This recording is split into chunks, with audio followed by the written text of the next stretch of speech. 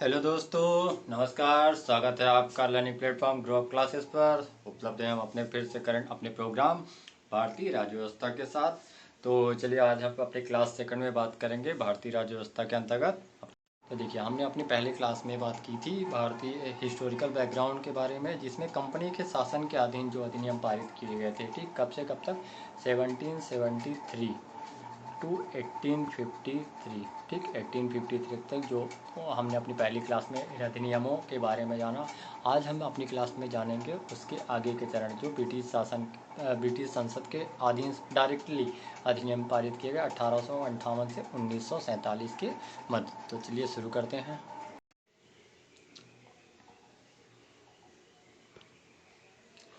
तो देखिए, जो 1858, ठीक 1857 की क्रांति के पश्चात क्या हुआ कि ब्रिटिश संसद ने जो शासन व्यवस्था थी पूर्णतः अपने हाथ में ले लिया और कंपनी को भंग कर दिया। ठीक, तो उसी चरण में जो पहला अधिनियम पारित किया गया ब्रिटिश संसद द्वारा भारत पे नियंत्रण हेतु, वो कौन सा था? भारत शासन अधिनियम 1858। ठीक, तो देखिए इसमें क्या प्रावधान थे कि पहला प्रावधान था कि भारत के गवर्नर जनरल का पदनाम वायसराय कर दिया गया। ठीक, देखिए जैसे तो वायसराय कर दिए गए, तो भारत के प्रथम वायसराय कौन हुए? Lord Canning. ठीक, लॉर्ड कैनिंग भारत के प्रथम वायसराय हुए।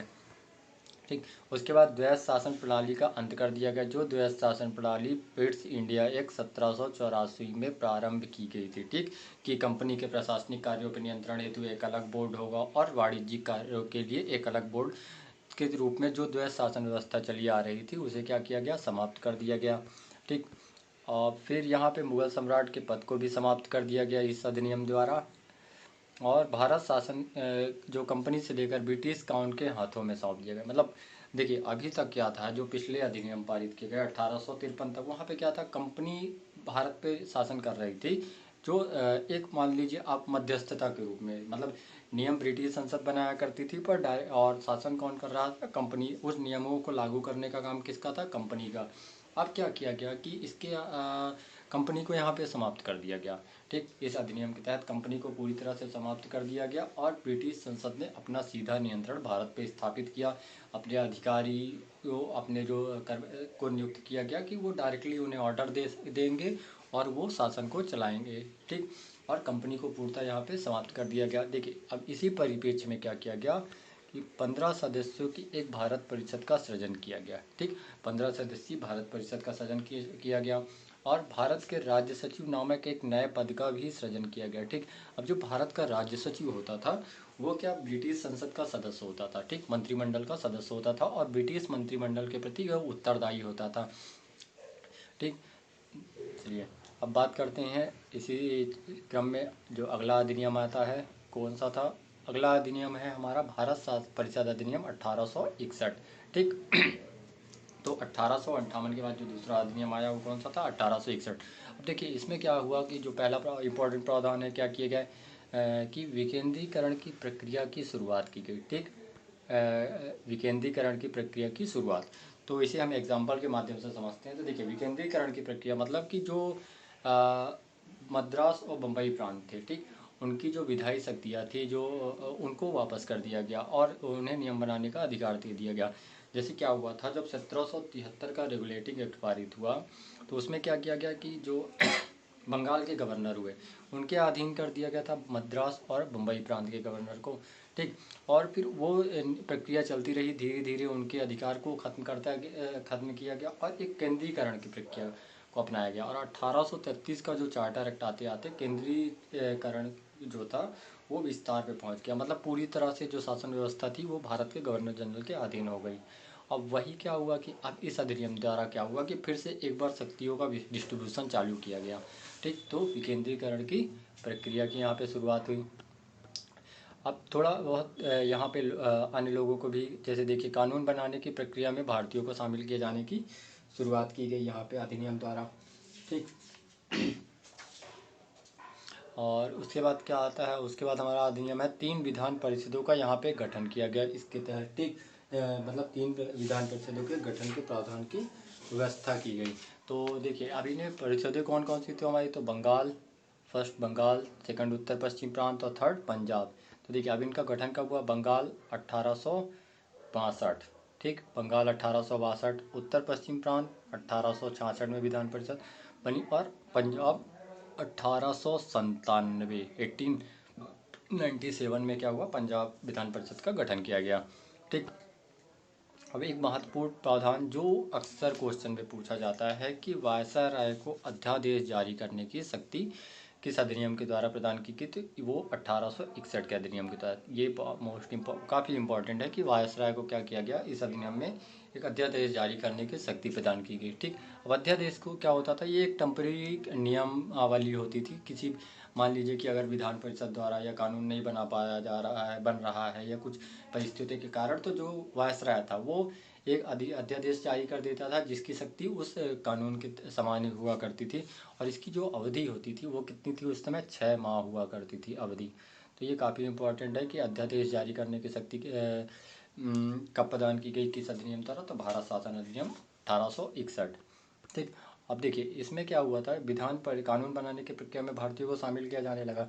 तो यहाँ पे वायसराय भारतीयों को विस्तारवादी जो परिषद थी उसमें कुछ सदस्यों को मनोनीत करने का भी अधिकार दे दिया गया, जिसके तहत यहाँ पे वायसराय ने 3 भारतीयों को, ठीक, बनारस के राजा, पटियाला के महाराज और सर दिनकर राव को मनोनीत किया। कब, 1862 में वायसराय द्वारा मनोनीत किया गया परिषद में, ठीक। चलिए देखिए आप हमारा अगला अधिनियम कौन सा था, 1892 भारत शासन अधिनियम 1892, ठीक, अगला अधिनियम रहा। इसमें कुछ ज़्यादा वैसे प्रावधान देखिए, इसमें क्या किया गया कि विधान परिषदों, ठीक, विधान परिषद के कार्यों में वृद्धि की गई, जिसके तहत क्या किया गया कि लोगों को जो था विधान परिषद के जो सदस्य उन्हें बजट पर बहस करने की सुविधा दी गई, और कार्यकारिणी से प्रश्न पूछने का शक्ति प्रदान की गई यहाँ, और अप्रत्यक्ष चुनाव प्रणाली की शुरुआत की गई, ठीक। अपने अगले अधिनियम की बात करते हैं, ये काफ़ी इम्पोर्टेंट अधिनियम है जो एग्जाम पॉइंट ऑफ व्यू से। तो देखिए अगला अधिनियम कौन सा है हमारा, भारत परिषद अधिनियम 1909, ठीक, मार्ले मिंटो सुधार के नाम से भी इसे जाना जाता है। अब मार्ले मिंटो क्या, देखिए उस समय क्या था, जो मार्ले थे, ठीक, वो भारत के राज्य सचिव थे, और मिंटो भारत के वायसराय, तत्कालीन वायसराय, जिनके नाम पे इस अधिनियम को मार्ले मिंटो सुधार के रूप में भी जाना गया, ठीक, जिसे भारत शासन परिषद अधिनियम 1909। देखिए इनमें क्या प्रावधान किया गया, तो जो पहला प्रावधान था कि केंद्रीय और प्रांतीय विधान परिषदों की संख्या में यहाँ पे वृद्धि की गई, ठीक। अब देखिए यहाँ पे केंद्रीय विधान परिषद की संख्या क्या हुई, सदस्य संख्या की 16 से बढ़ाकर 60 कर दी गई, ठीक, कितनी, केंद्रीय विधान परिषद में 16 से 60 कर दी गई, और जो प्रांतीय विधान परिषदों में जो वृद्धि की गई सदस्यों की, वो क्या अलग अलग थी, हर प्रांत की जनसंख्या के हिसाब से वहाँ पे अलग अलग थी। फिर केंद्रीय और प्रांतीय विधान परिषदों को पहली बार बजट पर वाद विवाद करने और सार्वजनिक हित के विषयों पर प्रस्ताव पेश करने और प्रश्न पूछने का मत देने का अधिकार दिया गया। क्या कहा गया, केंद्रीय और प्रांतीय विधान परिषदों को पहली बार बजट पर वाद विवाद करने, सार्वजनिक हित के विषयों पर प्रस्ताव पारित करने और पूरक प्रश्न पूछने तथा मत देने का अधिकार मिला। फिर देखिए, और वायसराय की कार्यपालिक परिषद में नियुक्ति हुई किसकी, ये अक्सर पूछा जाता है कि वायसराय की कार्यपालिक परिषद में नियुक्त होने वाले प्रथम भारतीय कौन थे, तो वो कौन थे, सत्येंद्र प्रसाद सिन्हा, ठीक, वायसराय की कार्यपालिक परिषद में शामिल होने वाले प्रथम भारतीय सदस्य बने कौन, सत्येंद्र प्रसाद सिन्हा, इनका नाम आप जरूर याद रखिए। और जो सबसे इम्पोर्टेंट प्रावधान रहा इस अधिनियम का, जो अक्सर पूछा जाता है, वो क्या था, पृथक प्रतिनिधित्व की शुरुआत, तो हम बोल सकते हैं कि सांप्रदायिक निर्वाचन प्रणाली की शुरुआत हुई, ठीक, सांप्रदायिक निर्वाचन की शुरुआत, सांप्रदायिक निर्वाचन व्यवस्था की शुरुआत यहाँ पे की गई अधिनियम द्वारा, ठीक, और प्रतिनिधित्व की। और सांप्रदायिक निर्वाचन के जनक के रूप में किसे जाना जाता है, तो देखिए सांप्रदायिक निर्वाचन के लॉर्ड मिंटो को जो है सांप्रदायिक निर्वाचन के जनक के रूप में जाना जाता है, किसे, लॉर्ड मिंटो को। अब देखिए जो पृथक प्रतिनिधित्व का जो यहाँ पे शुरुआत हुई, जो पहले की मुस्लिम समुदाय के लिए पृथक प्रतिनिधित्व की व्यवस्था की गई, उसके अतिरिक्त अन्य लोगों के लिए भी की गई। जैसे देखिए किसके लिए, यहाँ पे presidency corporation, chambers of commerce, विश्वविद्यालय और जमींदारों के लिए अलग से प्रतिनिधित्व का प्रावधान किया गया। तो ये मुस्लिम समुदाय के अलावा ये 4 अन्य थे जिनके लिए भी पृथक प्रतिनिधित्व की शुरुआत इस अधिनियम द्वारा की गई। ठीक, presidency corporation, chamber of commerce, विश्वविद्यालय और जमींदार इनके। ठीक, और सांप्रदायिक निर्वाचन के जनक के रूप में किसे जाना जाता है, तो मिंटो को, लॉर्ड मिंटो को सांप्रदायिक निर्वाचन के जनक के रूप में जाना जाता है। चलिए बात करते हैं अपने अगले अधिनियम। तो देखिए हमारा अगला अधिनियम है भारत शासन अधिनियम 1919, मॉन्टेग्यू चेम्सफोर्ड सुधार। ठीक, भारत शासन अधिनियम 1919 जिसे मॉन्टेग्यू चेम्सफोर्ड सुधार के नाम से भी जाना जाता है। अब मॉन्टेग्यू चेम्सफोर्ड का देखिए उस समय क्या थे, मॉन्टेग्यू भारत सचिव थे। ठीक, मॉन्टेग्यू क्या थे, भारत सचिव, और चेम्सफोर्ड क्या थे, तत्कालीन भारतीय वायसराय थे। ठीक, जिनके नाम पे क्या पड़ा, मॉन्टेग्यू चेम्सफोर्ड सुधार इस अधिनियम का नाम पड़ा। अब देखिए इसमें प्रावधान क्या किए गए, तो इनके प्रावधानों को आप काफ़ी ध्यान से समझिएगा, काफ़ी इम्पॉर्टेंट है। देखिए पहला, केंद्र में द्विसदनात्मक विधायिका की स्थापना की गई। किसकी, द्विसदनात्मक। तो जैसे देखिए आप अगर एग्जाम्पल से समझना चाहें तो आपको ईजिली समझ में आएगा कि जैसे हम वर्तमान की अपनी अगर संसद पार्लियामेंट की स्थिति देखें, है ना, वर्तमान पार्लियामेंट स्ट्रक्चर जो है वहाँ पे 2 सदन है, एक उच्च सदन जिसे राज्यसभा कहा जाता है और एक निम्न सदन जिसे लोकसभा कहा जाता है। ठीक, तो इसी तरह की व्यवस्था मतलब केंद्र में द्विसदनात्मक विधायिका की स्थापना की गई। ठीक, फिर अगला है क्या, देखिए प्रांतों में द्वैध शासन प्रणाली की शुरुआत की गई। सेकंड क्या है, प्रांतों में द्वैध शासन प्रणाली की शुरुआत की गई यहाँ पे। अब द्वैध शासन प्रणाली से क्या तात्पर्य है कि देखिए जो द्वैध शासन प्रणाली था, क्या प्रांतीय विधान परिषदों को जो कार्य थे, जो विषय दिए गए थे, उनमें तो उनको 2 भागों में बांट दिया गया। ठीक, एक हस्तांतरित विषय, हस्तांतरित, और दूसरा जो विषय थे आरक्षित। ठीक, अब इन दोनों विषयों पे क्या था, एक तरफ तो गवर्नर रहते थे। ठीक, जो प्रांत के गवर्नर होते थे वो किसकी मदद से, देखिए अब जो हस्तांतरित विषय थे वहाँ पे क्या होता था कि गवर्नर विधान परिषद के प्रति उत्तरदायी मंत्रियों की सहायता से नियम बनाते थे इन हस्तांतरित विषय में जो विषय थे। ठीक, और जो आरक्षित विषय थे उनमें क्या होता था, गवर्नर कार्यपालिक परिषद की सहायता से शासन करता था। ठीक, और जो विधान परिषद जिसके सदस्य क्या होते थे, विधान परिषद के प्रति उत्तरदायी नहीं हुआ करते थे। तो इसी प्रणाली को क्या कहा गया, द्वैध शासन प्रणाली। तो प्रांतों में द्वैध शासन प्रणाली की कब शुरुआत हुई, तो 1919 के अधिनियम द्वारा। और केंद्र में द्विसदनात्मक और द्वैध में आप बिल्कुल भी कंफ्यूज नहीं होइएगा। ठीक, द्विसदनात्मक मतलब आप स्ट्रक्चर पार्लियामेंट को याद रखिएगा, और द्वैध शासन प्रणाली में आपको आरक्षित हस्तांतरित। ठीक, अब देखिए अधिनियम द्वारा भारत में एक लोक सेवा आयोग के गठन का प्रावधान किया गया। ठीक, अब देखिए लोक सेवा आयोग कब बना, 1926 में। ठीक, लोक सेवा आयोग बना किसकी सिफारिश पर, तो 1923 में गठित, 1923 में गठित ली आयोग, एक ली आयोग की सिफारिश पर क्या हुआ, 1926 में क्या किया गया, लोक सेवा आयोग का गठन किया गया। ठीक, फिर वायसराय की कार्यकारी परिषद में 6 सदस्यों में से 3 का भारतीय होना आवश्यक कर दिया गया। अब देखिए जो सांप्रदायिक निर्वाचन व्यवस्था शुरू की गई थी कब, 1909 के भारत मार्लेमेंटो सुधार के तहत उसका यहाँ पे विस्तार किया गया। ठीक, विस्तार मतलब और लोगों को उसके तहत शामिल किया गया। तो देखिए अब इनमें किसको अधिकार दिया गया पृथक प्रतिनिधित्व के रूप में सांप्रदायिक, तो सिख, भारतीय ईसाई, आंग्ल भारतीयों और यूरोपियों तक इसका क्या विस्तार कर दिया गया, सांप्रदायिक आधार पर जो पृथक निर्वाचन था। ठीक, फिर केंद्रीय बजट को राज्यों के बजट से अलग कर दिया गया। ठीक, केंद्र का बजट दोनों अपने अलग अलग बजट पारित करें, जैसे वर्तमान स्थिति है कि केंद्र सरकार एक अलग बजट पारित करती है और राज्य सरकारें अपना बजट पारित करती हैं। फिर देखिए अब संपत्ति टैक्स जिसे कर, वो शिक्षा के आधार पर सीमित संख्या में मताधिकार का विस्तार किया गया।